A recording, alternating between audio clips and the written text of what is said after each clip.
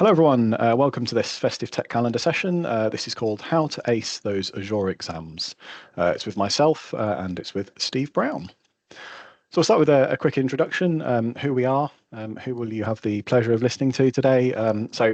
First of all, my name is Jake Walsh. I'm a Senior Solution Architect working for CDW in the UK, focused predominantly on Microsoft Azure, hybrid platforms, that sort of stuff. Do a bit of blogging. I'm also over on X, jakewalsh.co.uk for the blog, and jakewalsh90 on X. I'll hand over to my colleague Steve to introduce himself. Hi, my name is Steve Brown. I'm a technical consultant with CDW. I've been in this role now for about 18 months, and despite me doing this piece for Festive Tech Calendar, I've only really been working in Azure for about 2.5 years. So I guess in some respects I'm still fairly new to it, but I do have a lot of experience with exam taking. So yeah. So you're in safe hands today. That's the theory anyway. Also wanted to say a massive thank you to all of the organisers of the Festive Tech Calendar, and just give a bit of a shout out. You know, we are one of a small number of people that have done this. As you can see, there are hundreds of sessions, hundreds of people. So do check out festivetechcalendar.com. Loads of great stuff to look into there. Also, just a quick shout out. So, you know, some of you may remember from last year, every year Festive Tech Calendar raises money for great causes. This year it's for Beats and Cancer Charity. So, yeah, if you can spare £1 or £2, that would be very much appreciated. Over to you, Steve, for some goals. Okay, so basically this is going to come down to 4 simple points we've got here. What are we doing here? Well, we're here to share personal experience from exams, from our careers, what we've found works for us, what doesn't, and this isn't going to be a de facto one-size-fits-all for everybody. Part of the experience of taking an exam is learning what actually works for you when doing the revision, and then sort of making use of that when it actually goes to sit in the exam. How we learn, different methods, useful resources, all of the things that we've kind of accrued over the course of our careers, which has kind of given us a boost and optimize our chances when sitting down and taking the exam. Sounds great. So we'll start with how we learn best, and I think this is you know, kind of 3 areas that we've kind of picked working together, the things that work for us. Yeah, over to you, Steve, for a quick run through. Sure. So essentially, a lot of places, including some Microsoft courses that I've sat with ESI, they'll always go through this, different styles of learning. The 3 main ones are kinesthetic, which is essentially learn by doing. It's a time-honored tradition way of getting something embedded, not just from reading or audio, but actually doing. Build up that muscle memory, and like anything else, the brain is a muscle as well. It's an immersive experience, and it's real-world exposure, so it can't be underestimated. That's definitely the one that works for me. Hands-on, lots of doing, lots of getting stuck in. Yeah. Yeah. And then secondly, we've got visual, which is good. It's good from the concept of gives you the opportunity to break down concepts in whiteboards or using screen shares. Some of the shout outs to community members who actually do these courses use these aids, and they're fantastic for beginners because it allows you to kind of go through the concepts in a simple, controlled way, and then you can start to put those whiteboard sessions to use in your kinesthetic experience. And for me, the sort of the kinesthetic is great when I'm learning something in detail. I'm getting, you know, hands-on. I'm getting stuck into it. But sometimes if I don't have the level of understanding needed to do that process, you know, I don't understand something enough to go and deploy it or go and test it. Actually, that visual aspect is really important because that breaks those concepts down. It gives me those building blocks. You know, this is how you know, an Azure firewall works. This is how you would deploy it, for example. That often for me is the step prior to you know, the real world piece. It's actually worth mentioning as well that if you kind of combine the visual and the kinesthetic, and you're going through a concept in your own lab, for example, and you're not sure what a setting does, you can implement that setting roll out the resource, and if it does what you expect, then you're onto a winner. If it doesn't, then you've isolated exactly what that sort of field offers you as a service, and you've learned a little bit about whether that's going to be applicable for your customer or not. So. Okay, so finally we've got audio. Well, I have to confess, I haven't really used audio myself. I know people do, and it's a very useful style, and it allows people to learn concepts, terminology, which is great for filling. Otherwise, I suppose you'd call it lost time by, you could have it on in the car when you're driving, earphones if you're doing gardening, something like that. Some way of embedding that information when you're kind of busy doing other things, right? 100%, and I think that can be really useful, for perhaps things where you really need to learn and retain information. Hearing it multiple times, that's something that helps me. Repetition is a big help. It's worth calling out as well that we've just kind of cherry picked three different learning styles here. We've posted a link here to the Teachable site. There's lots of different learning styles, lots of different ways, and I think that's a really good time to move forward to the first of many slides containing wonderful Copilot generated imagery, which we should apologise now for. I have to interrupt because I always thought, I looked at this when we were making this slide deck, and I thought there's an order to these, and it's like when I first start taking or like preparing for an exam, I feel like I'm the one on the right. I'm the picture on the right. I'm happy. I'm engaged. I'm kind of progressing towards something new. And then once that kind of honeymoon period has worn off, it's more like the middle. I'm just getting down with the grind. And then a couple of days getting towards the exam, it's definitely the left-hand picture. It's panic stations and worrying. And for me, it tends to be the other way around. And this is again another really good example of how people vary. When I first start looking at a topic, I tend to be more like the people on the left. I feel quite overwhelmed, quite panicked, quite sort of thrown in the deep end. And I think don't sort of be disheartened by that. If sometimes if you feel like that, that is normal. You are approaching a technical subject that requires lots of study, lots of detail. It's normal to find that a challenge. And I tend to find then as I get more comfortable, I become sort of more relaxed, more calm, more composed, and in some cases, as you can see on the screen, the number of sticky notes all over the all over the desk and everywhere else increases as well. I think it does highlight as well the fact that, even though we're both kind of in sort of like the similar kind of field, as it were, we both approach these pictures. We have a different kind of perspective on these. So again, it just goes to prove that everybody's process is going to be different. And that's Definitely part of what we'll be talking about in a minute. So we wanted to just have a bit of a tale from an exam that we found challenging, and not to sort of spend hours and hours talking about these, just a bit of real world experience, I suppose. And for myself, probably one of the hardest exams I've done was the AZ700, the Azure networking exam. But the reason I actually found that one challenging was because I don't have a networking background. I'd learned a lot of new concepts to get through that exam.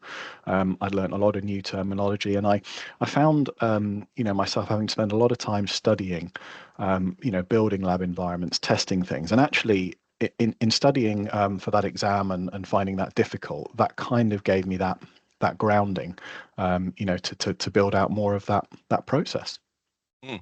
I was actually the opposite to you. I quite enjoyed AZ700, but I think at that point I'd kind of adapted to some of the Azure exams, and I was getting more and more familiar with the services, and I actually found that very interesting. Certain elements were intriguing. I particularly enjoy things like load balancer, traffic manager, those kinds of things. So yeah, it's interesting to see how your perspective sort of differs from mine in that sense. Interesting variation of experience. Yeah. Exactly. Yeah. I mean, for me, I found AZ104 most challenging. I was at the time still very new to the world of Azure, and although I'd passed AZ900, the fundamentals, earlier in the year, I think it was in January, I was quite overwhelmed by the breadth and knowledge required when preparing for the exam. I read and heard from many in the community that 104 was tough because the scope of what it encompassed was so broad and in areas quite deep as well. I just felt that providing myself with a realistic window to study for set intervals daily proved to yield the best results for me. You know what they say about slow and steady wins the race, you know, and I basically just got down to it and I achieved it by building a routine. Finally took the plunge and booked the exam for the end of June, I think it was. So I think you could probably say I was preparing for AZ 104 for around 6 months, and I've got to say the key mechanisms for my success boiled down to consistency, persistency, and having someone to support me in areas that I struggled most. And I did actually postpone that exam the first time around by a couple of weeks. I remember I did have it booked for the start of June, and I ended up sort of putting it back almost a full month, just because I didn't feel quite ready, you know. And it's worth calling out here that, you know, sort of Steve and I have talked about exams we found hard. Other people may say, you know, talking rubbish. I sailed through that exam. It was a breeze. And I think, you know, that's also something that's really important to recognize here, that your exam journey is your journey. It's not, you know, the same experience that somebody else has, you know, the same perhaps background and technical experience somebody comes from, you know, and that's going to change how the exams are, how you find them. So, you know, take what we've said here with a pinch of salt, because you will have a different experience. That's completely normal. And you know, some people will find certain exams easy because of their experience, their background, the different technologies they've worked with. You know, they might find another exam hard that you tried and sailed through. So that's completely normal, and you know, should be expected. So just on to some resources to help, really. So what we're going to do here is we're going to look at kind of four really key resources, and we've picked these. You know, there could be a list of probably several hundred different resources to help with exams of all sorts And of then things. some, yeah. Yeah, we've picked these kind of four high-level areas because they're things that have really helped Steve and I over the course of taking exams. And we'll just go into them. We'll give a little bit of detail. You know, we'll talk about why they're useful. Obviously, we'll share links and that sort of stuff, how you access them. But we also just want to call out here that, you know, this is not an exhaustive list. There's only so many things we can get through in the time we have here. So we'll start with Microsoft Learn with yourself, if that's okay, Steve. So Microsoft Learn, it's the de facto knowledge base, if you will, for pretty much anything that's been constructed by Microsoft over the last sort of few years. It's so much better now than it used to be, and I've found it to be the backbone of any learning schedule routine. Even if the topics are quite complex, there are most of the time short videos that are associated to them, so it can actually help kind of break that concept down, make it a little bit easier to understand. And I highly recommend it as the main course in the menu of ways that you're going to be learning a topic in preparation 100%. for an exam. Yeah. So I grabbed a small screenshot here. You know, 4,700 different training options available. Enough, you know, enough to keep you going for a very long time. The big thing that's you know, I think worth calling out here is the quality of the material in Microsoft Learn is absolutely amazing. Yeah, it's Not phenomenal. just you know, not just the breadth of what's covered as well, but the fact that, you know, for example, you can see here the AZ900 Azure Fundamentals course, you know, breaking down the different learning paths. You can add these to your own learning journey, the little add button there, I'll just highlight that. You know, you can add that to your own learning journey. So start building that out in your Learn profile, and just, yeah, this makes it very, very easy to work through it in a structured way that goes, you know, from foundations all the way up to some of those more technical concepts. And it's worth calling out that a lot of the Microsoft Learn courses, a lot of the materials have knowledge checks in as well. And these knowledge checks ask questions that are similar to those that would be asked in an exam. So it's giving you an idea of the style, the feel of the question, which is important to get used to, but also it's actually allowing you to test your knowledge. You know, start on, you know, day one, week one, whatever it may be, and then go back and do that knowledge check in, you know, a week, 2 weeks, 3 weeks time and see your improvement across those modules. So that's hugely valuable. And again, those knowledge checks, yeah, very, very useful for exam prep. It's also important to mention, even if you do get them wrong, it doesn't count for anything on this, and it does actually kind of provide you an explanation, I believe, doesn't it? If you Yep. do get it wrong. So yeah, and you can always recap that section. It's not like you have to go back to the beginning. You can just recap the part that it refers to just clarify that for your knowledge. So 100%. Yeah, it's a bit like having, you answer a question wrong and somebody says, well, actually, you've got this wrong, but here's some material to read to find out why, which is, sure. yeah, hugely valuable. Yeah. Worth also calling out that there are a number of GitHub repos as well. So if you go to github.com/Microsoft Learning, there's lots of course repositories. These have lots of materials in. You'll see here, this is the AZ104 repository. You can also have a link. So when you click on the link, it will take you through the lab information. So if you go on one of the Microsoft courses, perhaps through ESI or perhaps through a training provider, a lot of the labs are based on these GitHub repos, but this is very, very useful if you want to go through some of these in your own time. Perhaps you've been given an Azure subscription, or you've set one up to do some testing or something like that. You'll see here for that AZ104 course, it's walking through the creation of a new virtual machine. Again, it's cementing that theory you've read with real world knowledge and experience. I do feel compelled at this point to point out that if you are using your own subscription, please remember to delete any resources at the end of your learning session. Otherwise, you may well end up accruing costs, which obviously you don't want if you want to continue using the lab for study. So yeah, that's a learning top tip there. The more you save, that's the first thing I learned. Azure spend. It's the very first thing I ever learned in Azure. Delete what you're working on when you're finished with it. So yeah. So it's also worth calling out that if you go to events.microsoft.com, there are virtual training days as well. And these are events that you can attend. You simply sign up for, and these cover a wide range of topics from, you can see here, there's 365 virtual training days, there's an AI fundamentals training day. There are all sorts of topics that you can attend in all different time zones, languages. There's basically everything you could possibly want in here. And it's a great opportunity to get real world training delivered by people with real world experience, really to help sort of cement that that knowledge and help you continue on that journey. Just another shameless screenshot from the page here, but there's a huge range of events you can attend free of charge, which is massively valuable. And just moving on to ESI, the Enterprise Skills Initiative. So I'll hand over to you, Steve. So ESI Enterprise Skills Initiative, if you're in a position where this is available to you, it can be incredibly useful. I've personally taken a couple of courses through ESI. I believe I did AZ104, AZ305 and AZ500, and they were brilliant. They were 5-day courses. And the instructors are incredibly knowledgeable.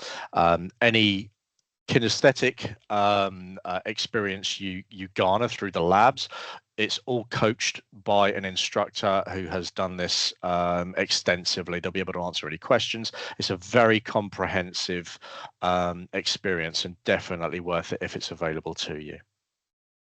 It's worth calling out that not all organizations will have access to this. I believe it's only certain organizations. Do check that with, if you're working for a Microsoft partner, for example, speak to your partner manager. If you're working in an organization, you may need to speak to one of your Microsoft contacts just to check that. But just to echo Steve's comments, really, I've used this myself. There's absolutely loads of stuff in here, from courses to exam prep to training days, everything you could possibly need to really prep as best you can for an exam. So we've covered those kind of 4 key areas. Again, not an exhaustive list, but 4 things that have really helped us, in taking a number of exams over the last few years. And with that, we're just going to move into a couple of shout outs. So I think these are things you've used quite extensively, Steve. I have, yeah. So a lot of people who have experience in Azure will probably recognize John Saville. He has a tremendous amount of information available on his YouTube channel. I have provided a link here, so again, you can pause the video and copy those links in. It will ultimately, he will direct you to YouTube, to his courses on there, but it is fantastic. He does so many different courses, and he makes sure they're updated when the syllabus changes.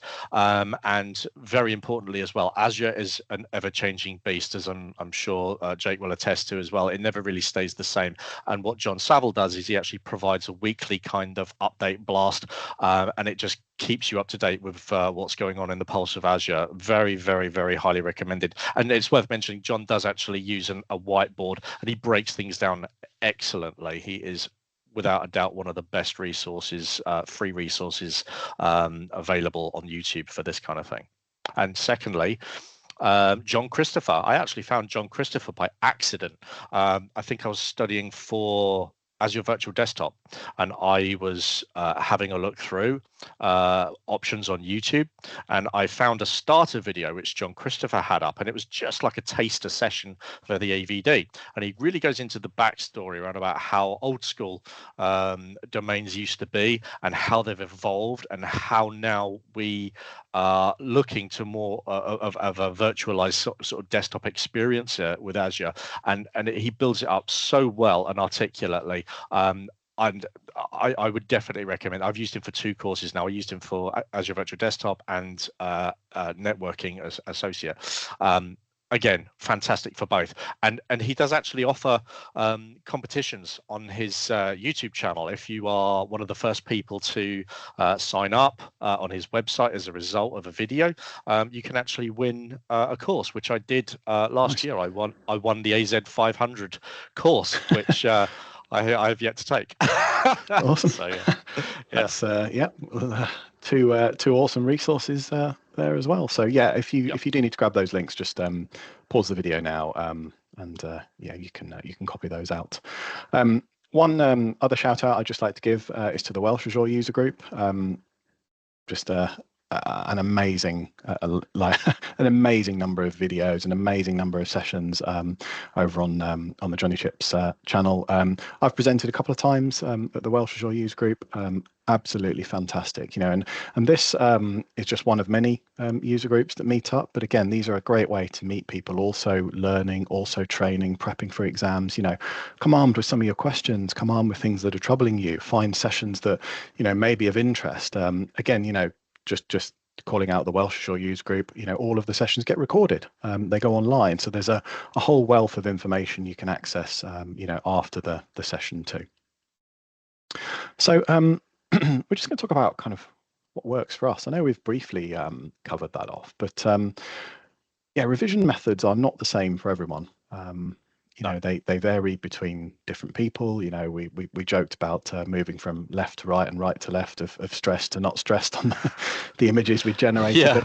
But different things work for different people. So we're just going to kind of run through these, talk about what works really, and give you our experience. So I suppose starting at the top, rinse and repeat is a big one for me. I find, you know, repetition of doing things really helps, you know, sort of cement that knowledge.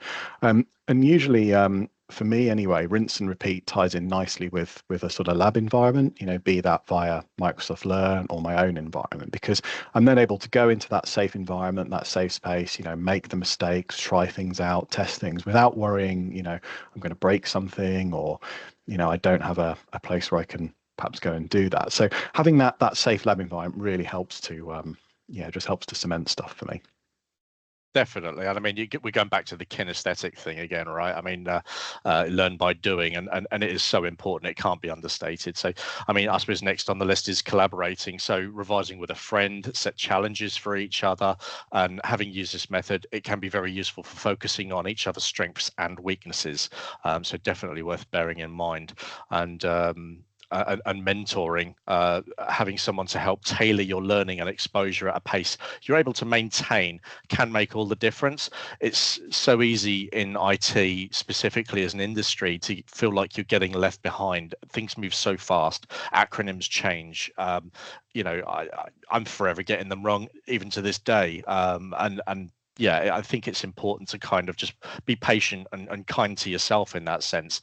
Having a seasoned expert explain some key concepts and being able to shadow you whilst you kind of like do a lab, for example, they can highlight things that you might have missed or forgotten or so on. It can be an invaluable experience and really highlight how to improve and enhance your ability.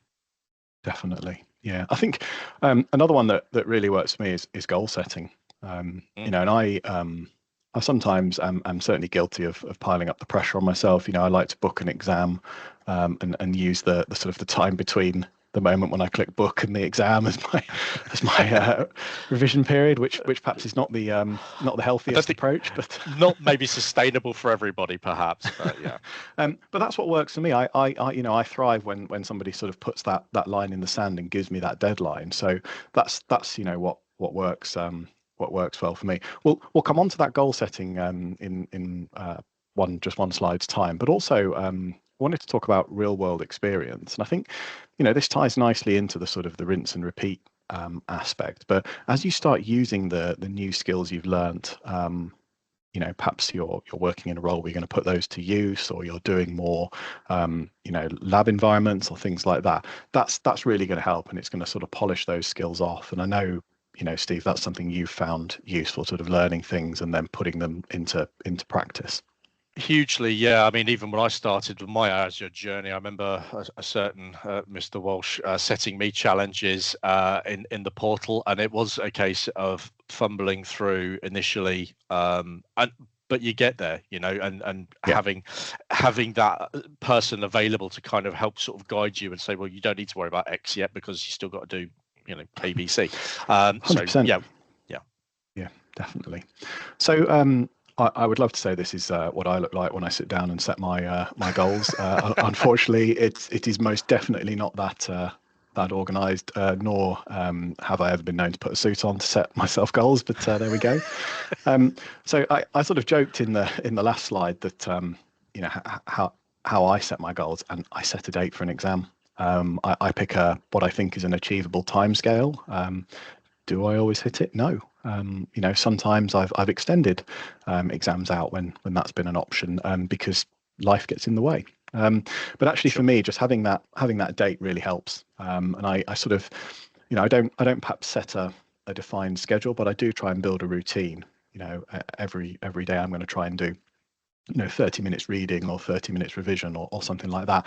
And that's largely the process for me. I tend to work through the learn modules, try and lab things, look at the learning objectives, and that's my approach. That's very similar to myself. I tend to kind of not immediately book an exam and then throw myself in quite like yourself. I tend to kind of do, let's say, dip my toe in the water, see how I'm getting on. If I've got a lot of other stuff going on, and let's be honest, real life is a thing as well. You might have things going on in your real life that don't allow for a tremendous amount of study at that particular point, and it's something that you have to come back to in a few weeks' time, perhaps. But I tend to kind of do maybe 2-3 weeks, see how I'm getting on with the study, going through the MS Learn content, see what other courses are available to flesh out that knowledge. And then if I'm feeling confident and like I'm making good progress, that's when I'll book my exam. And I'll generally book it for about let's ballpark about 3 months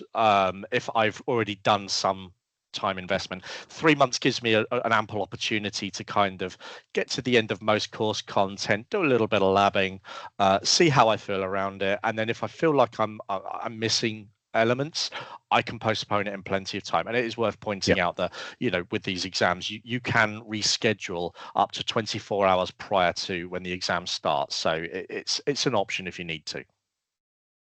So just talk about what to expect.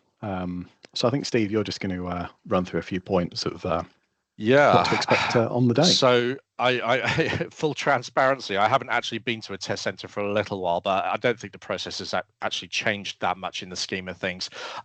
In person, we will need to take ID. Simple as that. They won't even admit you unless you've got ID, and you can check for acceptable ID on the website prior to actually leaving.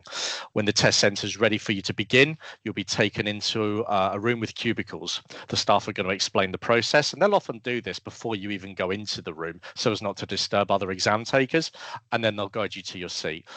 Once you're there, you must observe absolute silence. Any talking is disqualification, and that's pretty much the standard across any exam scenario. Yeah. It's worth bearing in mind you are going to be recorded and watched, hence that lovely picture in the top right. And you are going to be recorded when taking your exam, and that's to preserve the integrity of the exam. Footage is deleted after a certain amount of time has elapsed, and once you've finished, you quietly exit the room so as not to disturb anyone else, and it is generally that straightforward. Yep. Similar to exams we remember from school. No talking, keep quiet. Yep. Exactly. Yeah. Just treat the place with like a library. Respect. Yeah. Exactly. So from sort of in-person exams in a test centre to the option of home proctored, and this this is something the vast majority of my exams I've done home proctored. It's worth calling out that there are a number of additional considerations here. So home proctored means you can take that exam as it says at home. You're then sort of remotely monitored. So you'll need a suitable testing area. You can't sit in a testing area with Microsoft Revision posters all over the walls or things like that. The usual sort of things apply.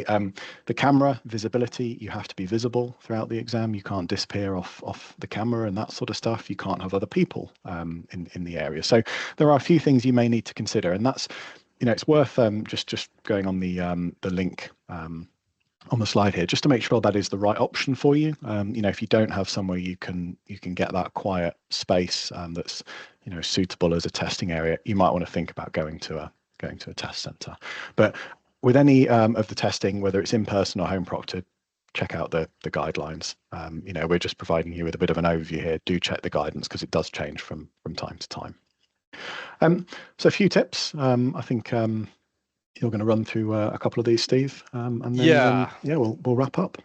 Sure. So if you are one of those people that prefers going to a location to actually sit the exam because it's where you feel that your mind is better kind of focused, then you're going to have to kind of just check in advance the obvious things. Make sure you've got enough fuel in the car. You don't want to kind of get in the car and realize you've only got enough fuel to get halfway there and you're going to end up sort of stranded on the roadside.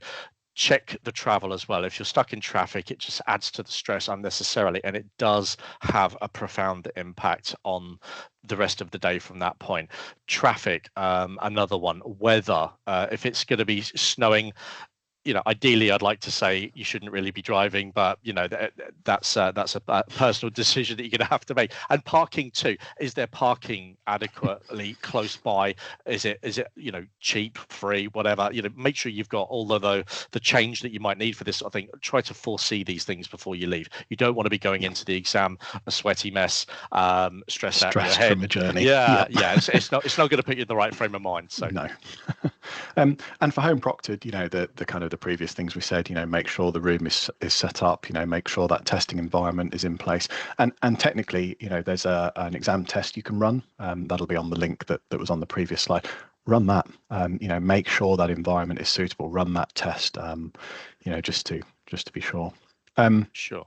One other thing you'll have noticed, I've drunk nearly a pint of water just as we've got through about 30 slides here. Steve's had his water bottle as well. You are allowed to have some water with you in the exam. Again, check relevant policies just in case anything has changed. But yeah, exams can be stressful. That is fairly recent guidance. So that might change again depending on who's actually proctoring your exam or what have you. But it's also worth bearing in mind, with some of these exams, you are entitled to take a comfort break. If that is the case, you can do, but you would not be able to go back and review any of the questions that you answered prior to taking that break. So you're committed at that point. So that's a fairly recent addition Yeah, to Microsoft Exams. When this video goes live, there will be a post up on my blog that includes some additional links. So any of these things will add some detail around that if you'd like to read.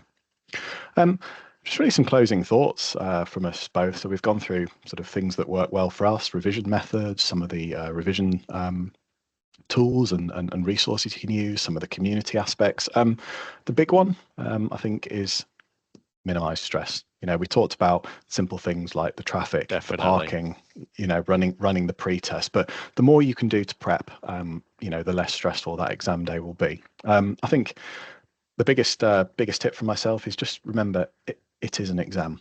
And I know that might sound like I'm, perhaps playing it down a little bit or saying, it's not important. It is important, but a failed exam is simply going to give you some pointers as to what you need to revise on to absolutely ace it the next time. So yeah, it's not like a case of if you don't pass this exam, your whole world is going to crumble away. That's not it at all.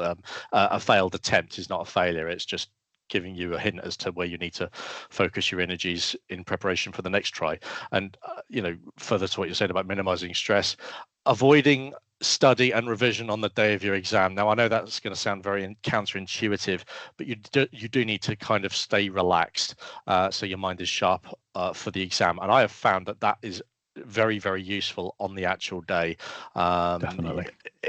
When we're distracted or exhausted, it's like you're trying to row upstream. You're not going to be going anywhere. So factor that in when you're building your study routine. A little and often is key. So finally, just a bit of a resources recap. Just going to keep this on the screen for a second, but links to guidance for Pearson testing, some specific Microsoft guidance, Microsoft Learn, Microsoft Events, my blog, and also Cloud Family has a great list of Azure blogs to check out. Again, just a few extra resources to help with your revision.